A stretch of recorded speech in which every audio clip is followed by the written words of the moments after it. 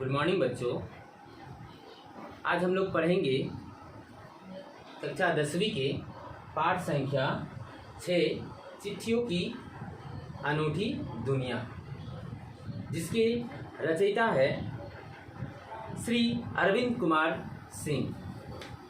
इनके द्वारा यानी श्री अरविंद कुमार सिंह जी द्वारा लिखा गया यह चिट्ठियों की अनूठी दुनिया पाठ आज हम लोग पढ़ेंगे।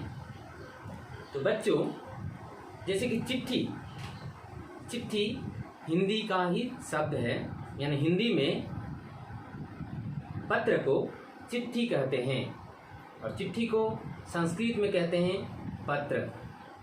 तो पत्र जो हम लोग शब्द का व्यवहार करते हैं वे एक्चुअली संस्कृत का शब्द है और हिंदी में उसी पत्र को चिट्ठी के रूप में जाना जाता है या चिट्ठी के नाम से जाना जाता है। तो बच्चों, अभी मैं इस चैप्टर का विश्लेषण आप लोगों के सामने करने जा रहा हूँ। पत्रों की दुनिया भी अजीबोगरीब है और उसकी उपयोगिता हमेशा से बनी रही है। कह रहे हैं कि पत्र यानी जो चिट्ठी का जो दुनिया है, यानी चिट्ठी का जो माहौल है, वह एक तरह की अजीबोगरीब है, यानी अनोखा, वेरी यूनिक है ना। और वे यूनिक किस तरह है हम लोग आगे जानेंगे। अभी हम फिलहाल इतना ही जानते हैं कि चिट्ठियों का जो दुनिया है वह बहुत ही अनोखा है, यानी अजीबोगरीब है। और उसकी उपयोगिता यानी उसकी व्यवहार, जो तरह तरह के जगहों पर जो पत्र का व्यवहार किया जाता है वह हमेशा से ही बनी रही है। यानी हमारे पूर्वज जो पुराने ज़माने में राजा महाराजा फिर सम्राट, यह सारे लोग आए, अंग्रेज आए, तब भी यह पत्र का सिलसिला कायम था। तो वे पहले भी इसका व्यवहार के रूप में लाया करते थे और आज भी वे पत्र हमारी संदेश वाहक के रूप में काम आ रहे हैं। पत्र जो काम कर सकते हैं वह संचार का आधुनिकतम साधन नहीं कर सकता है। कह रहे हैं कि पत्र यानी चिट्ठी एक लिफाफे में जो हम लोग भर के दूर दराज के इलाकों पर पहुंचाते हैं या भेजते हैं पोस्टल के माध्यम से, वे जो कार्य कर सकता है वे संचार यानी कम्युनिकेशन, लोगों के साथ संपर्क है ना। तो संपर्क में जो आधुनिकतम साधन है, यानी आधुनिक यानी अभी मॉडर्नाइजेशन जो टेक्नोलॉजी, बहुत सारे टेक्नोलॉजी ऐसे आए हैं जिसमें टेलीफोन है, मोबाइल है, फैक्स है, ईमेल है ना। इसके जरिए हम अपना संदेश जल्दी ही पहुंचा सकने में सक्षम हो जाते हैं। लेकिन इससे अलग जो पत्र का जो सिलसिला है वह बहुत ही अनोखा है, अनुपम है और लाभदायक है। तो इसका कंपेयर जो आधुनिक संसाधन है, आधुनिकतम संसाधन जो है, टेक्नोलॉजी है, वे उसके कंपेयर में नहीं ला सकते। पत्र जैसा संतोष फ़ोन या एसएमएस का संदेश कहाँ दे सकता है। कह रहे हैं कि पत्र यानी चिट्ठी जैसा संतोष, जो तृप्ति हमारे मन को, हमारे दिल को, हमारे दिमाग को जो मिलती है वह एसएमएस के जरिए या ईमेल के जरिए नहीं मिल सकता। बच्चों, यहाँ पर एक शब्द आया है एसएमएस, है ना। जैसे कि एसएमएस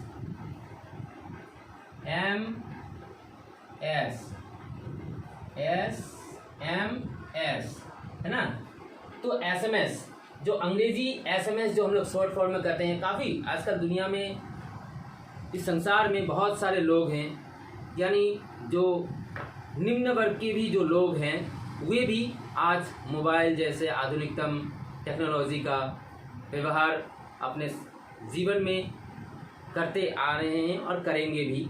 तो उसमें हम सुनते हैं कि एसएमएस है ना, टेलीकॉम विभाग से बहुत तरह तरह के एसएमएस आते हैं, हमारे दोस्तों की तरफ से, हमारे ऑफिस की तरफ से बहुत सारे एसएमएस आते हैं।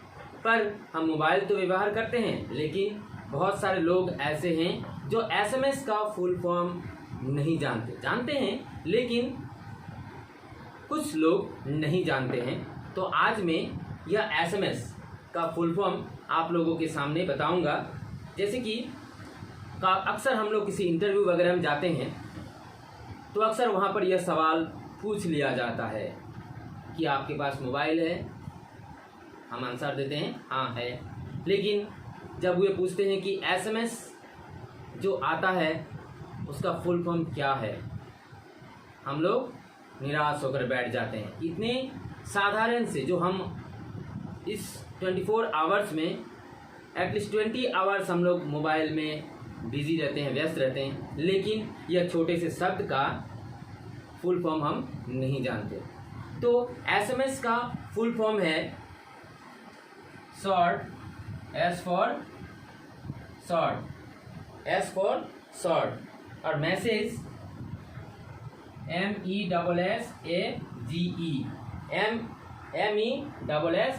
मैसेज।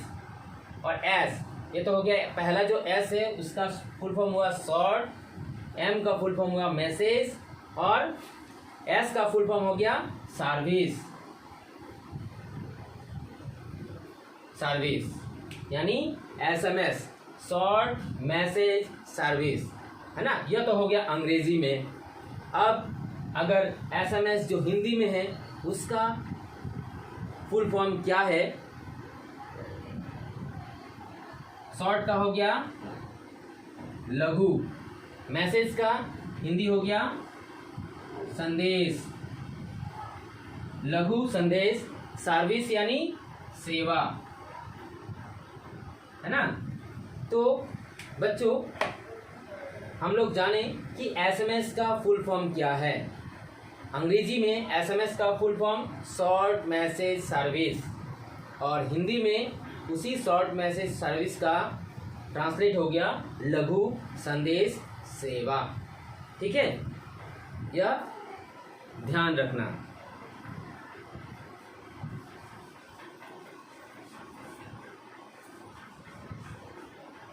तो कह रहे हैं कि पत्र जैसा संतोष फोन या एसएमएस में कहाँ मिलता है। पत्र एक नया सिलसिला शुरू करते हैं और राजनीति, साहित्य तथा कला के क्षेत्र में तमाम विवाद और नई घटनाओं की जड़ भी पत्र ही होते हैं। कह रहे हैं कि पत्र एक नया सिलसिला यानी रास्ता खुलना, सिलसिला यानी रास्ता खुलना, कुछ नया रास्ता खुलना शुरू करते हैं, और राजनीति यानी पॉलिटिक्स में, साहित्य जो किताब हैं तथा कला के क्षेत्र यानी कला यानी संस्कृति के क्षेत्र में तमाम विवाद के रूप में और नई घटनाओं के जड़ भी पत्र ही होते हैं। दुनिया का तमाम साहित्य पत्रों पर केंद्रित है।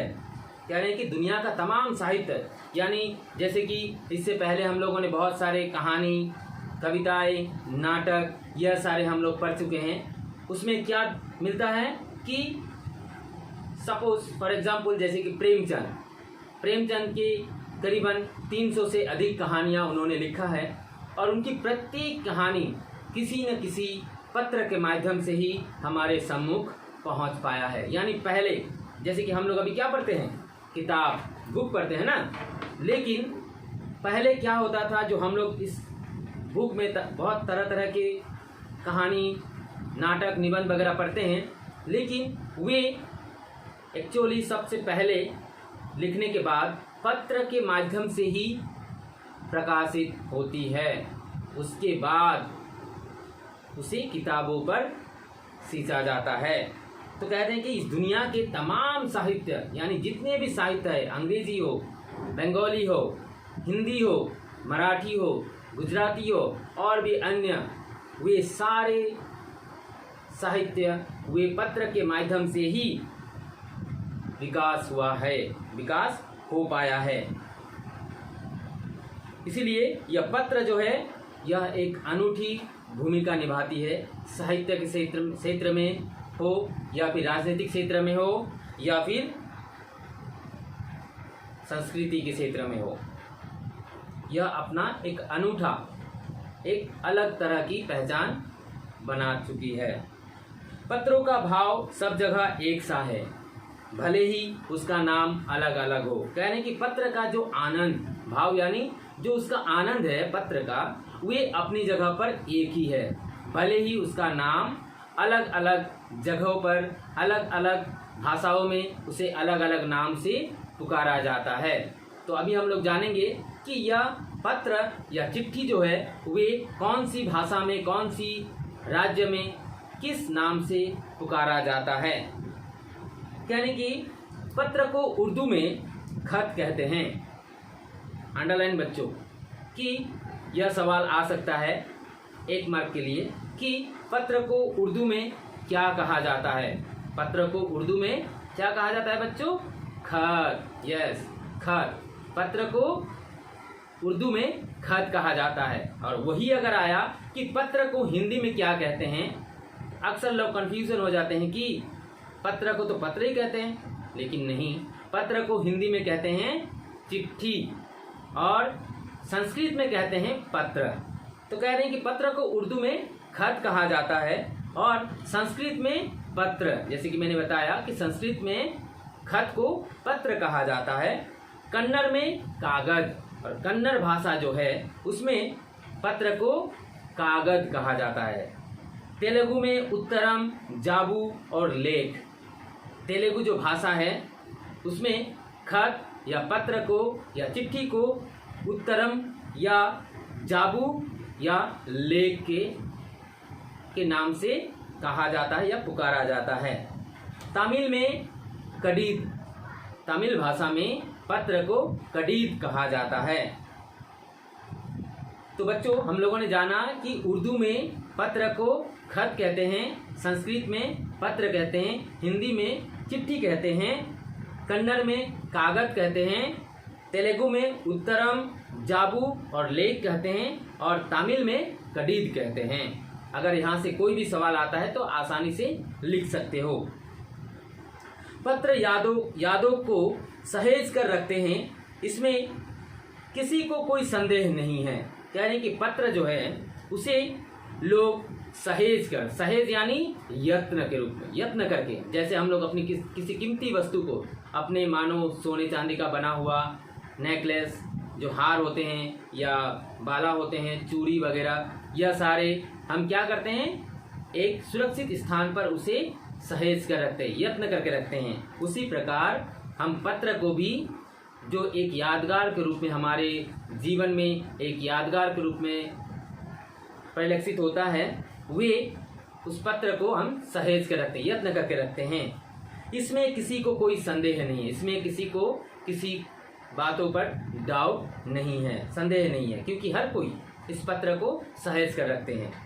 हर एक की अपनी पत्र लेखन कला है और हर एक के पत्रों का अपना दायरा है। यानी कि हर कोई, जैसे मैं पत्र लिखूंगा तो अपने तरीके से पत्र लिखूंगा, तुम या आप कोई भी किसी को, अपने मम्मी को, अपने पापा को, अपने भाई को, अपने बहन को, अपने दादा को, अपने दादी को या नाना या नानी को, किसी को भी हम अपने रिश्तेदार के चाचा चाची को अगर पत्र लिखते हैं तो अपने तरीके से पत्र लिखते हैं, है ना।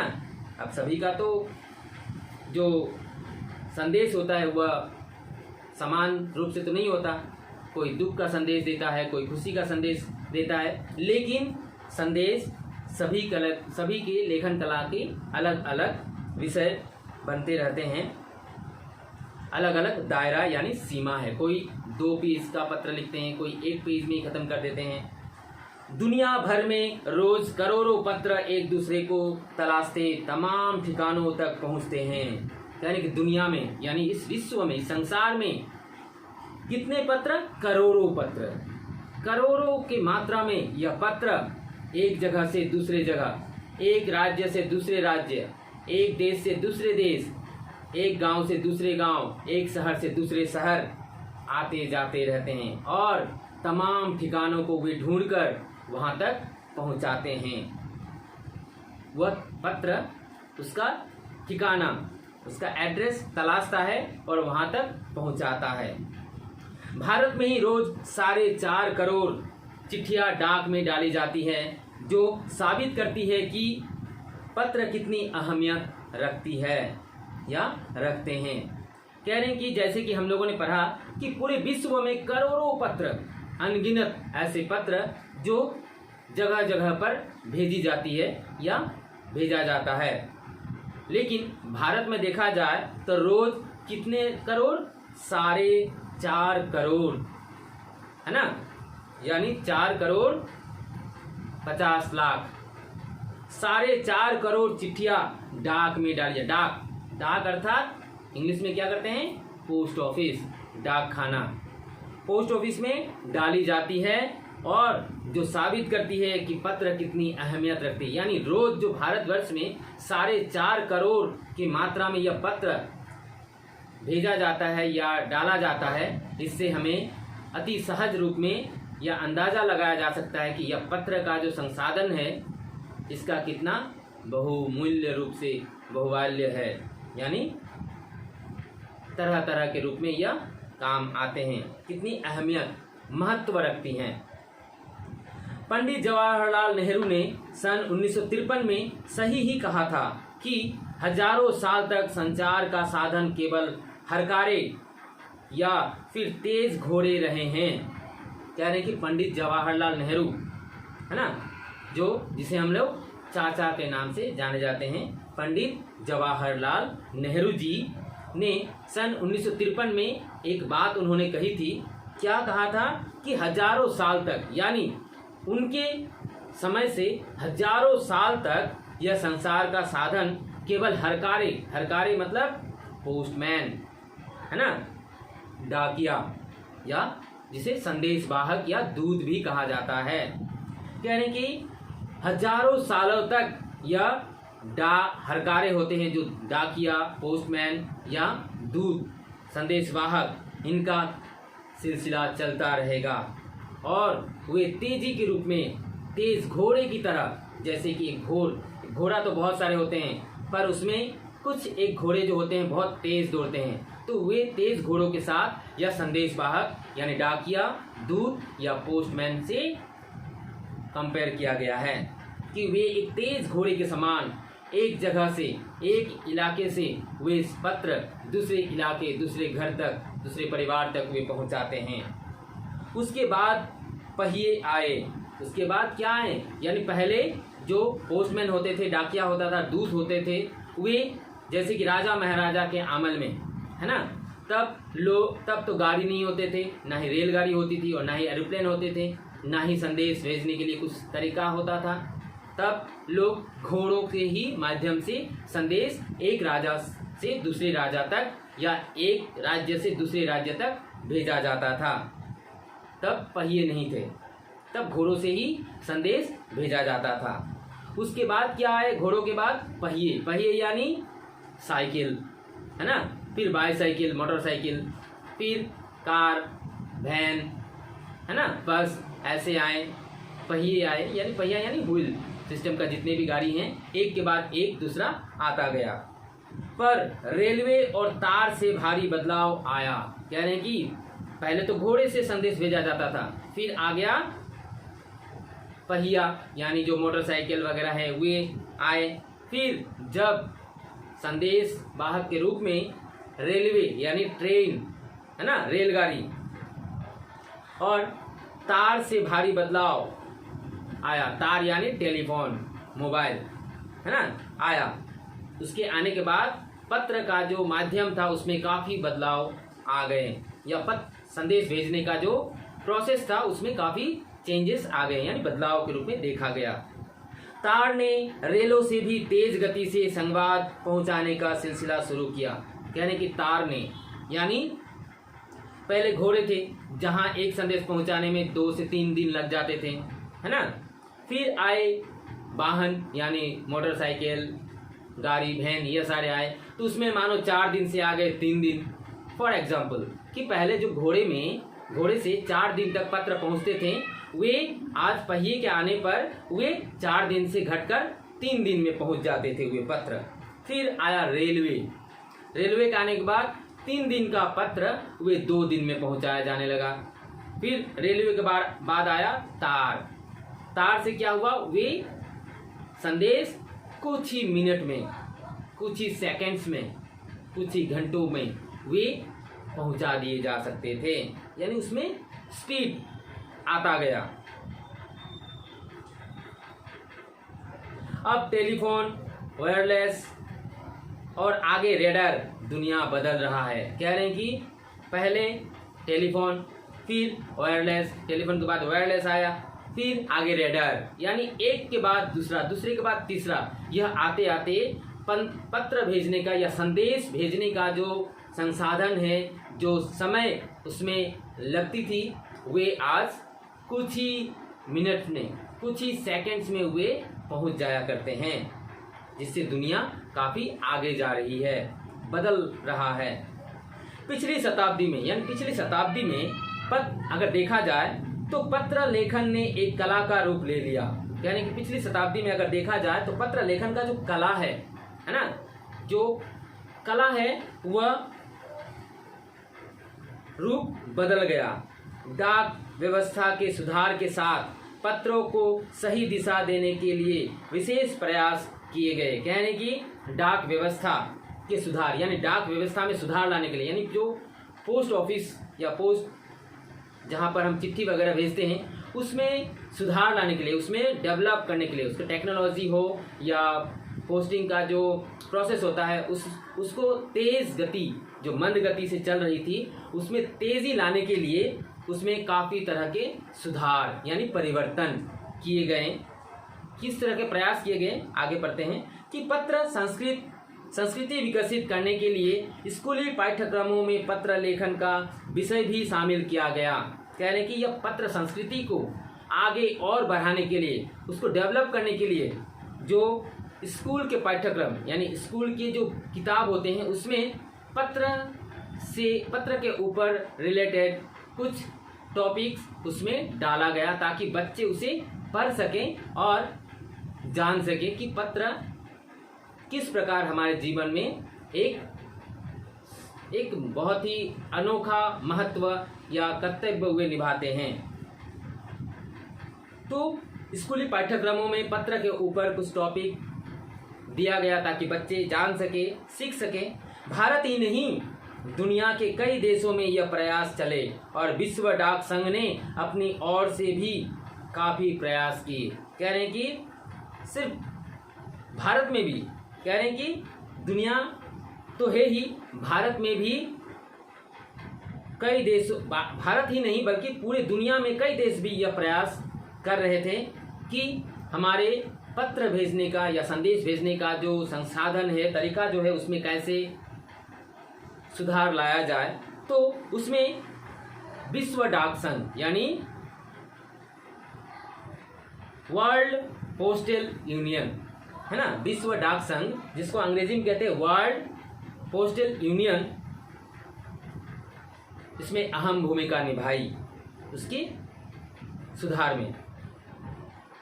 विश्व डाक संघ की ओर से 16 वर्ष से कम आयु वर्ग के बच्चों के लिए पत्र लेखन प्रतियोगिताएं आयोजित करने का सिलसिला सन 1972 में शुरू किया गया। यानी कि डाक संघ की तरफ से, यानी विश्व वर्ल्ड पोस्टल यूनियन की तरफ से, विश्व डाक संघ की तरफ से 16 वर्ष यानी जिसकी उम्र 16 वर्ष तक है उसके नीचे वाले बच्चों के लिए उन्होंने एक पत्र लेखन प्रतियोगिताएं का आयोजन किया गया, जिसमें पत्र लिखने की कला को किस प्रकार लिखते हैं, किसमें वह क्वालिटी है, वह देखने के लिए उन्होंने 1972 में, सन 1972 में यह प्रतियोगिता का शुरुआत हुआ। यह सही है कि खास तौर पर बड़े शहरों और महानगरों में संचार साधनों के तेज विकास तथा अन्य कारणों से पत्रों की आवाजाही प्रभावित हुई है। कह रहे हैं कि यह सही है कि खास तौर पर बड़े शहरों में और महानगरों में संचार साधनों के तेज विकास तथा अन्य कारणों से पत्रों की आवाजाही प्रभावित हुई है, पर देहाती दुनिया आज भी चिट्ठियों से ही चल रही है। कह रहे हैं कि शहरों में जो बड़े बड़े शहर हैं, बड़े बड़े महानगर हैं, उसमें जो आधुनिक तकनीक आने के कारण, यानी टेलीफोन, मोबाइल फ़ोन, फिर फैक्स, वायरलेस, ईमेल वगैरह आने के बाद वहाँ चिट्ठियों की यानी पत्रों की व्यवहार में थोड़ी सी कमी आ गई थी। लेकिन वहीं अगर देखा जाए दूसरी तरफ तो गाँवों में, जहाँ गांव इलाकों में वे पत्र ही एक ऐसा साधन बन गया जो लोगों को संपर्क उसी पत्र के माध्यम से ही चल रही थी और संपर्क का कोई साधन गांवों तक नहीं पहुंच पाई थी। फैक्स, ईमेल, टेलीफोन तथा मोबाइल ने चिट्ठियों की तेजी को रोका है, पर व्यापारिक डाक की संख्या लगातार बढ़ रही है। कह रहे हैं कि भले ही हमारे जीवन में जो आधुनिक संसाधन के रूप में जो साधन आए हैं, जैसे कि फैक्स, ईमेल, टेलीफोन तथा मोबाइल ने की दुनिया जो आया है, उससे चिट्ठियों की तेजी को तो रोका ही है, लेकिन अगर व्यापारिक यानी बिजनेस की तरफ से देखा जाए तो व्यापारिक तरीके पर उस डाक का संख्या लगातार बढ़ते रहा है। लोग व्यापार के माध्यम को चलाने के लिए, एक दूसरे से संपर्क करने के लिए इस डाक का व्यवहार भी करते ही हैं और उसमें बढ़ोतरी आई है। जहाँ तक पत्रों का सवाल है, अगर आप बारीकी से उसकी तह में जाएं तो आपको ऐसा कोई नहीं मिलेगा जिसने कभी किसी को पत्र न लिखा या न लिखाया हो, या पत्रों का बेसब्री से जिसने इंतजार न किए हों। कह रहे कि जहाँ तक पत्र का सवाल है, यानी पत्र को देखा जाए अगर बारीकी से, यानी छोटे छोटे रूप में अगर देखा जाए, उसकी गहराई को देखा जाए, तो आपको मिलेगा कि किसी ने जिसको पढ़ना लिखना तक नहीं आता, वे भी किसी न किसी से वे पत्र लिखवाते हैं और भेजते हैं, और जो पढ़ सकते हैं वे तो खुद ही लिखते हैं और बेसब्री से उस पत्र का इंतज़ार भी करते हैं। यानी एक पत्र देने के बाद उसके उत्तर में क्या पत्र आया, उसके लिए लोग रोज़ उसका इंतज़ार करते हैं कि आज उसके पत्र आएंगे या कल आएंगे, परसों आएंगे। इस तरह से वे बेसब्री से इंतज़ार करते हैं उस पत्र के। हमारे सैनिक तो पत्रों का जिस उत्सुकता से इंतज़ार करते हैं उसकी कोई मिसाल ही नहीं। यानी कि हमारे सैनिक, यानी जो अलग अलग राज्यों पर, बॉर्डर्स पर, सीमा पर जो सैनिक तैनात रहते हैं, वे बड़ी उत्सुकता से पत्रों के इंतज़ार करते हैं। उसके परिवार वाले भी उस सेना के पत्र के जवाब में काफ़ी देरी से, काफ़ी उत्सुकता से वे इंतज़ार करते हैं कि हाँ, उनके पत्र आने वाला है, पता नहीं क्या कैसा संदेश होगा, क्या संदेश होगा, कब वे आएंगे, उसकी कोई मिसाल नहीं है। एक दौर था जब लोग पत्रों का महीनों इंतज़ार करते थे, पर अब वह बात नहीं। कह रहे कि एक वक्त था, एक समय था जब लोग बहुत दिनों तक पत्र का वेट करते थे, इंतज़ार करते थे, लेकिन अब वैसा नहीं है, क्योंकि आजकल जो आधुनिक तकनीकी और पोस्टमैन का, पोस्ट ऑफिस का जो तकनीकी है उसमें सुधार लाने के कारण वे उतनी दिक्कत नहीं आना पड़ रहा। परिवहन साधनों के विकास ने दूरी घटा दी है। पहले लोगों के लिए संचार का इकलौता साधन चिट्ठी ही थी, पर आज और भी साधन विकसित हो चुके हैं। कह रहे हैं कि पहले अगर देखा जाए तो चिट्ठियों में, परिवहन के साधनों पर विकास ने बहुत दूरी घटा ली है, जिसमें पहले लोग के लिए संचार का इकलौता साधन चिट्ठी ही थी। यानी लोगों से साथ संपर्क या अपना संदेश पहुंचाने के लिए, दूसरे के संदेश पाने के लिए एकमात्र साधन थी पत्र। लेकिन आज वे साधन विकसित हो चुके हैं, जिसमें लोग जल्दी से उस संदेश को भेज सकते हैं, जल्दी से उस संदेश के उत्तर के रूप में वे संदेश पा भी सकते हैं। तो बच्चों, इस वीडियो में मैं इतना तक ही पढ़ा रहा हूँ, जिसमें पत्र के ऊपर हम लोगों ने सुना कि पत्र जो था पहले वे बहुत समय लगते थे किसी को संदेश देने में या संदेश को पाने में, लेकिन आज मॉडर्न टेक्नोलॉजी आने के कारण लोग आसानी से एक दूसरे से बात कर पा रहे हैं। तुरंत ही कोई भी खबर हो वे तुरंत पहुंचा पा रहे हैं, तुरंत वो खबर पा सकते हैं। आगे की वीडियो में हम लोग आगे की पैराग्राफ पढ़ेंगे।